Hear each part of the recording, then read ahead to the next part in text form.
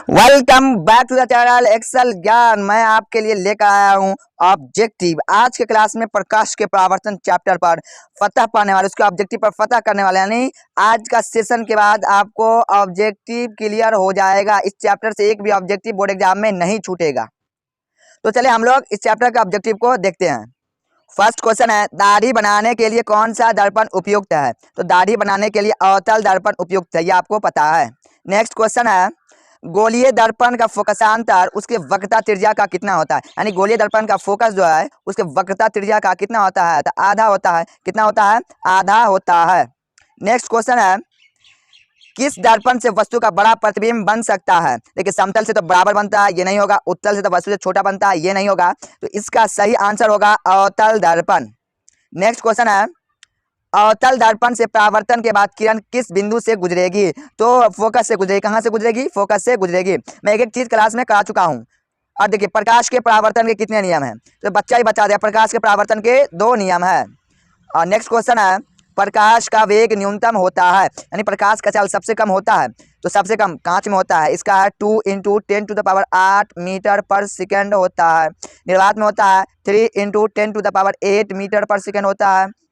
जल में होता है 2.25 × 10⁸ मीटर पर सेकेंड होता है। और निर्वात से थोड़ा सा कम होता है आपका वायु में। तो इसका सही आंसर होगा ऑप्शन सी, कांच में।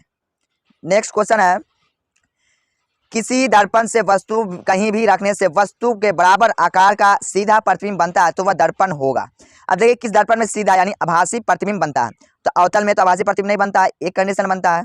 समतल में आभासी प्रतिबिंब बनता है, उत्तल में आभासी प्रतिबिंब बनता है। ठीक, तो आपका बी ऑप्शन नहीं होगा। अब क्या करें, वस्तु के बराबर। तो देखिए, उत्तल दर्पण में वस्तु से छोटा प्रतिबिंब बनता है, तो इसका ऑप्शन सी नहीं होगा। इसका सही आंसर होगा समतल दर्पण, ए, समतल दर्पण। नेक्स्ट क्वेश्चन है, काल्पनिक प्रतिबिंब होता है, तो काल्पनिक प्रतिबिंब हमेशा सीधा होता है। नेक्स्ट क्वेश्चन है, किस दर्पण से हमेशा वस्तु से छोटा प्रतिबिंब बनता है या प्राप्त होता है? देखिए, अवतल में तो वस्तु से बड़ा, वस्तु से छोटा और आभासी प्राप्त होता है, तो ये होगा नहीं, क्योंकि इसमें हमेशा कहा कि हमेशा वस्तु से छोटा बनेगा। समतल में तो वस्तु के बराबर बनता है, तो ये भी नहीं इसका आंसर होगा। इसका आंसर होगा उत्तल दर्पण, ऑप्शन बी। नेक्स्ट क्वेश्चन है, समतल दर्पण द्वारा बना प्रतिबिंब होता है, तो समतल दर्पण द्वारा बना प्रतिबिंब आभासी होता है, तो आभासी होगा तो वह सीधा होगा, तो इसका आंसर होगा सी, आभासी और सीधा। नेक्स्ट क्वेश्चन है, किसी दर्पण से आप चाहे कितनी ही दूरी पर खड़े हो, आपका प्रतिबिंब हमेशा सीधा प्रतीत होगा, तो वह दर्पण होगा। देख, कहीं वस्तु कहीं पर भी हो तो कैसा प्रतीत होगा? हमेशा सीधा प्रतीत होगा, हमेशा। देखिए, उत्तल अवतल में तो भाई उल्टा भी प्रतीत होता है, उल्टा अक्सर प्रतीत होता है, एक कंडीशन में सीधा प्रतीत होता है। लेकिन उत्तल में भी हमेशा सीधा यानी आभासी प्रतिबिंब बनता है, उत्तल समतल में भी आभासी प्रतिबिंब बनता है। इसका सही आंसर होगा डी, समतल या उत्तल। ठीक, नेक्स्ट क्वेश्चन है, साइड मिरर के लिए प्रयुक्त होता है, तो साइड मिरर के लिए सब जानते हैं उत्तल दर्पण का उपयुक्त होता है। नेक्स्ट क्वेश्चन है, एक अवतल दर्पण की फोकस दूरी 10 सेंटीमीटर है, तो उसकी वक्रता त्रिज्या क्या होगी? तो देखिए, इसमें एफ आपको दिया हुआ है -10 सेंटीमीटर। अवतल दर्पण की फोकस दूरी माइनस में होता है, इसलिए -10 सेंटीमीटर। तो हम लोग जानते हैं कि एफ बराबर होता है r/2, होता है कि नहीं होता है? तो एफ का मान कितना है? -10 सेंटीमीटर, और r/2 हमको r चाहिए, तो r को इधर लावेंगे तो हो जाएगा -20 सेंटीमीटर। तो इसका सही आंसर होगा बी, -20 सेंटीमीटर। नेक्स्ट क्वेश्चन है, जाइए तो दूसरा चैप्टर का क्वेश्चन आ गया है, किसी माध्यम के अपवर्तनांक म्यू का मान होता है, तो sin i/sin r होता है। ये सेकंड चैप्टर का क्वेश्चन आ गया, सॉरी। यह निर्गत के अभिलंब के बीच बने कौन कहते हैं? तो निर्गत कौन कहते हैं? ये भी सेकंड चैप्टर यानी प्रकाश के अपवर्तन का आ गया है, तो इसके लिए मैं माफी चाहता हूँ। नेक्स्ट क्वेश्चन है, निर्वात में प्रकाश की चाल होती है, मैं बताया था, यहाँ से क्वेश्चन आ गए हैं। तो निर्वात में प्रकाश की चाल 3 × 10⁸ मीटर पर सेकेंड होता है। नेक्स्ट क्वेश्चन है, किसी बिंब का अवतल दर्पण द्वारा बना प्रतिबिंब आभासी तथा बिंब से बड़ा पाया गया, तो वस्तु की स्थिति कहाँ होनी चाहिए? मैं आपको अवतल दर्पण में किरण आरेख में बताया था कि जब वस्तु फोकस और ध्रुव के बीच में होता है तो प्रतिबिंब आभासी बनता है और सीधा बनता है, वस्तु से बड़ा बनता है। इसका ऑप्शन बी होगा, फोकस तथा ध्रुव के बीच में। नेक्स्ट क्वेश्चन है, प्रकाश के परावर्तन के नियम से निर्धारित होता है, तो आपतन कोण परावर्तन कोण, यानी परावर्तन का दूसरा नियम है कि आपतन कोण परावर्तन कोण के बराबर होता है। नेक्स्ट क्वेश्चन है, प्रकाश गमन करती है, तो प्रकाश सीधी रेखा में गमन करती है। नेक्स्ट क्वेश्चन है, सर्च लाइट का परावर्तक सतह होता है, तो सर्च लाइट का परावर्तक सतह अवतल दर्पण का होता है। नेक्स्ट क्वेश्चन है, अवतल दर्पण की फोकस दूरी उसके वक्रता त्रिज्या की कितनी होती है? तो अब ये देखिए, ये आपका अवतल दर्पण है, ठीक है, ये आपका मुख्य अक्ष है, ये आपका पी ध्रुव है, ये आपका फोकस है, ये आपका वक्रता केंद्र है। पी से सी की दूरी को हम वक्रता त्रिज्या कहते हैं, और पी से एफ की दूरी को हम लोग फोकस दूरी कहते हैं। देखिए, फोकस दूरी उसके वक्रता त्रिज्या की आधी होती है। देखिए, ये एक आधा होता है ना, ये एक आधा होता है, तो इसका आंसर होगा आधा होता है। नेक्स्ट क्वेश्चन है, प्रतिबिंब का आकार वस्तु के बराबर हो तो वह दर्पण होगा। देखिए अवतल दर्पण में वस्तु से बड़ा बनता है, वस्तु से छोटा बनता है, ये नहीं होगा। उत्तल दर्पण में हमेशा वस्तु से छोटा बनता है, ये नहीं होगा। इसका सही आंसर होगा ए समतल दर्पण, हमेशा वस्तु के बराबर आकार का मिलता है। नेक्स्ट क्वेश्चन है उत्तल दर्पण द्वारा बना प्रतिबिंब होता है तो हमेशा आभासी होता है और आभासी हमेशा सीधा होता है, इसका सही आंसर होगा ए। नेक्स्ट क्वेश्चन है मोटर गाड़ी के सामने लगा रहता है, यानी मोटर गाड़ी के हेडलाइट में लगा रहता है, किसमें, हेडलाइट में या अग्रदीप में, ठीक है, हेडलाइट में लगा रहता है, तो इसका सही आंसर होगा अवतल दर्पण लगा रहता है। कौन लगा रहता है, अवतल दर्पण। नेक्स्ट क्वेश्चन है एक प्रकाश किरण समतल दर्पण पर लंबवत आपतित होती है तो परावर्तन कोण का मान क्या होगा। यानी एक समतल दर्पण है और इस पर लंबवत आपतित होती है, यानी 90 डिग्री पर कोई किरण आ रही, कितनी डिग्री पर, 90 डिग्री पर, तो उसी रास्ते से परावर्तित हो जाती है, उसी रास्ते से परावर्तित हो जाती है। तो इसमें एंगल यानी कोण आई या कोण आई, आपतन कोण परावर्तन कोण का मान 0 डिग्री होता है। कितना होता है, 0 डिग्री। तो इसका सही आंसर होगा सी, 0 डिग्री। नेक्स्ट क्वेश्चन है निर्देशांक चिन्ह परिपाटी के अनुसार दर्पण सूत्र है तो 1/f बराबर 1/v प्लस 1/u, इसका सही आंसर होगा। नेक्स्ट क्वेश्चन है निर्देशांक चिन्ह परिपाटी के अनुसार गोलीय दर्पण के लिए आवर्धन का सूत्र है m बराबर -v/u, इसका आंसर होगा। नेक्स्ट क्वेश्चन है निम्नलिखित में किसका अपवर्तनांक सबसे अधिक होता है तो हीरे का अपवर्तनांक सबसे अधिक होता है, 2.42 होता है हीरे का अपवर्तनांक। नेक्स्ट क्वेश्चन है वायु में प्रकाश के किस वर्ण का परिकिरण अधिक होता है तो नीले रंग का परिकिरण अधिक होता है। नेक्स्ट क्वेश्चन है उत्तल दर्पण के सामने एक वस्तु को रखा गया है तो प्रतिबिंब की प्रकृति क्या होगी। आपको पता है कि उत्तल दर्पण में हमेशा प्रतिबिंब आभासी और सीधा बनता है और वस्तु से छोटा बनता है, तो इसका ऑप्शन होगा ए काल्पनिक या आभासी।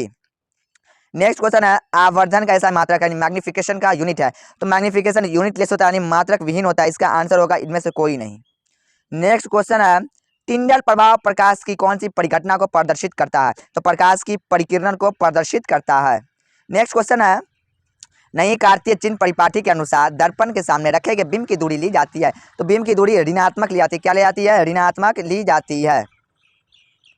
नेक्स्ट क्वेश्चन है निम्नलिखित में किस माध्यम में प्रकाश की चाल अधिक होती है तो प्रकाश की चाल सबसे अधिक निर्वात में होती है। कहाँ होती है, निर्वात में, लेकिन ऑप्शन में निर्वात है नहीं, तो मैं बताया था लेक्चर के दौरान कि सबसे अधिक निर्वात में होती है, फिर उसके बाद हवा में होती है, तो यहाँ पर आपका आंसर हो जाएगा ए हवा में। कहाँ, हवा में होता है।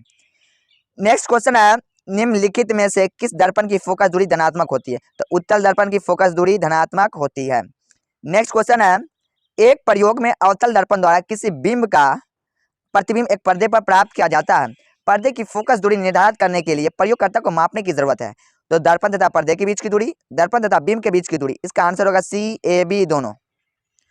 नेक्स्ट क्वेश्चन है गोलीय दर्पण के परावर्तक पृष्ठ के वृत्ताकार सीमा रेखा का व्यास कहलाता है तो दर्पण का द्वारक कहलाता है। नेक्स्ट क्वेश्चन है कि निम्नलिखित में से कौन उत्तल दर्पण की फोकस दूरी है जिसकी वक्रता त्रिज्या 32 सेंटीमीटर, कितना है, 32 सेंटीमीटर है। तो देखिए इसमें क्या दिया हुआ है, वक्रता त्रिज्या r बराबर 32 सेंटीमीटर दिया हुआ है, ये उत्तल दर्पण है तो ये इसका क्या कहते हैं, वक्रता त्रिज्या प्लस में होगा, तो हम लोग जानते हैं फार्मूला से, सूत्र से, f बराबर r/2, तो हमको फोकस दूरी f चाहिए तो f बराबर हो जाएगा r कितना है, 32/2, तो इसका आंसर हो जाएगा 16 सेंटीमीटर प्लस 16 सेंटीमीटर, इसका ऑप्शन होगा ए प्लस 16 सेंटीमीटर।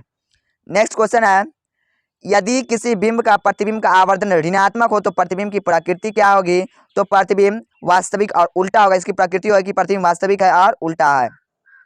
नेक्स्ट क्वेश्चन है किस दर्पण में केवल काल्पनिक प्रतिबिंब बनता है तो समतल और उत्तल दोनों में हमेशा नहीं केवल काल्पनिक प्रतिबिंब बनता है, जिसका ऑप्शन होगा डी बी सी दोनों इसका आंसर होगा।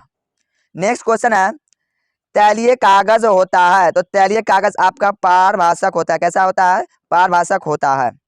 नेक्स्ट क्वेश्चन है प्रकाश की चाल भिन्न भिन्न माध्यम में होती है, मैं क्लास में सब कुछ बता दिया हूँ, प्रकाश चाल भिन्न भिन्न माध्यम में भिन्न होती है।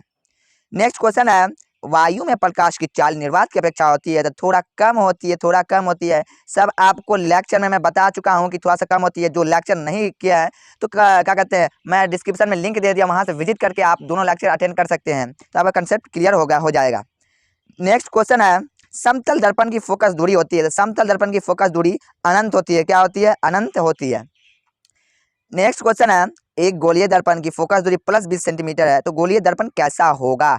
देखिए चिन्ह परिपाटी के नियम के अनुसार अगर प्लस रहता है जिसका फोकस दूरी प्लस है तो वो उत्तल दर्पण होगा, यानी उत्तल दर्पण की फोकस दूरी प्लस होता है, इसलिए इसका आंसर होगा बी। अगर माइनस 20 सेंटीमीटर होता है तो इसका आंसर अवतल दर्पण होता। ओके, नेक्स्ट क्वेश्चन है, प्रकाशीय माध्यम कितने प्रकार के होते हैं। तो प्रकाशीय माध्यम 2 प्रकार के होते हैं। नेक्स्ट क्वेश्चन है, अवतल दर्पण कैसा दर्पण है। तो अवतल दर्पण आपका अभिसारी दर्पण है। कैसा दर्पण है, अभिसारी, क्योंकि इसके मुख्य अक्ष के समानांतर किरण आते हैं ना तो सबको एक ही जगह, अवतल दर्पण एक ही जगह अभिसारित कर देता है। ठीक है, तो अवतल दर्पण को अभिसारी दर्पण कहते हैं। नेक्स्ट क्वेश्चन है, घिसा हुआ कांच होता है तो ये भी पारभासी होता है। पारभासी का उदाहरण है घिसा हुआ कांच। नेक्स्ट क्वेश्चन है, आवर्धन m का ऋणात्मक मान बताता है तो वस्तु के सापेक्ष प्रतिबिंब उल्टा है ये बताता है। नेक्स्ट क्वेश्चन है, प्रकाश तरंगे होती है तो प्रकाश तरंगे विद्युत चुम्बकीय तरंग होती है। क्या तरंग होती है, विद्युत चुम्बकीय तरंग होती है। नेक्स्ट क्वेश्चन है कि आपतन कोई r, आपतन कोण I तथा परावर्तन कोण r हो तो इसके बीच संबंध कौन सा संबंध सत्य है। I बराबर 2r ये गलत होगा, I बराबर 3r ये गलत होगा, एंगल I बराबर r यानी आपतन कोण परावर्तन कोण आपस में बराबर होते हैं। नेक्स्ट क्वेश्चन है, दंत विशेषज्ञ किस दर्पण का उपयोग मरीजों के दांतों का बड़ा प्रतिबिंब देखने के लिए करता है। तो अवतल दर्पण का उपयोग करता है। नेक्स्ट क्वेश्चन है, अदीप्त वस्तु है तो आपका अदीप्त वस्तु चांद है। क्या है, चांद आपका अदीप्त वस्तु है। क्वेश्चन है, सूर्य से आने वाला प्रकाश पुंज कैसा होता है। तो समांतर होता है। कैसा होता है, समांतर होता है। तो आप इस वीडियो को कंटिन्यू देखें और रिवाइज में रखें ऑब्जेक्टिव को, क्योंकि ऑब्जेक्टिव ही आपका क्या कहते हैं रिजल्ट करवाता है, क्योंकि ऑब्जेक्टिव 50% वेटेज उठाता है। तो all the best champion, thank you.